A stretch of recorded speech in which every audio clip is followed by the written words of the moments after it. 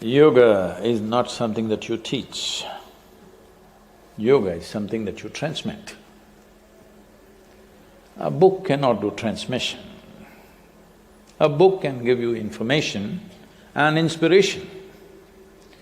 So we are writing books to inspire people to take to yoga, not to instruct people into yoga or transmit yoga through the book. Well, as there are many forms of yoga, there is also one form of yoga called book yoga. That is, people want to learn yoga through books. There are so many books wanting to teach yoga to people. Fortunately, people who buy these books, generally, they flip through, they don't read through. If they read through, they don't practice. If they practice, within first 3 to 5 days, they will give it up.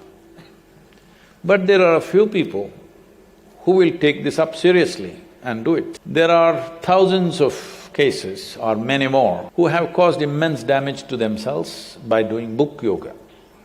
Because when you do yoga through the book, you won't start with the basics. Whatever is they are saying is the highest practice, that's where you start because of course you're eligible, because you can read. So, in 1986, when they made a survey in the Nimhans Institute in Bangalore.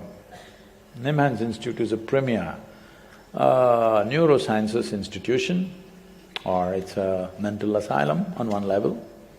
Not really an asylum, a hospital more. 8% of the inpatients that year were improper yoga cases.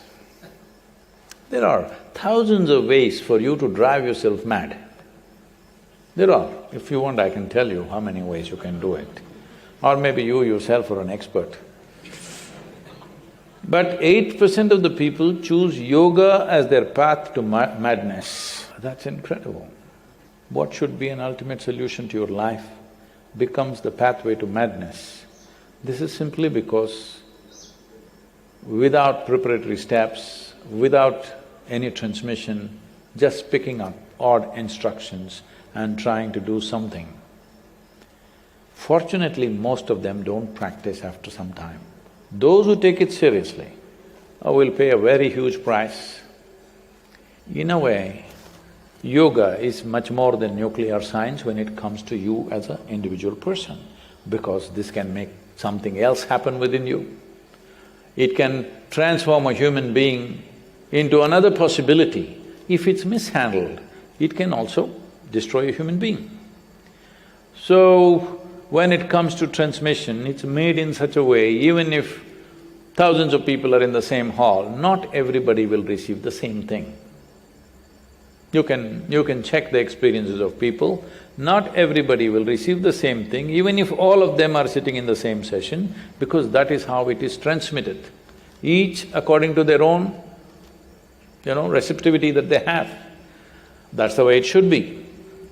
So that is the nature of transmission, subjective transmission. But putting all that in a book and thinking it's going to work, no, this book is definitely written by somebody who has no experience of any kind, because they've read something somewhere and they put it here. Anybody who has experienced the potency of what it is will never do that ever.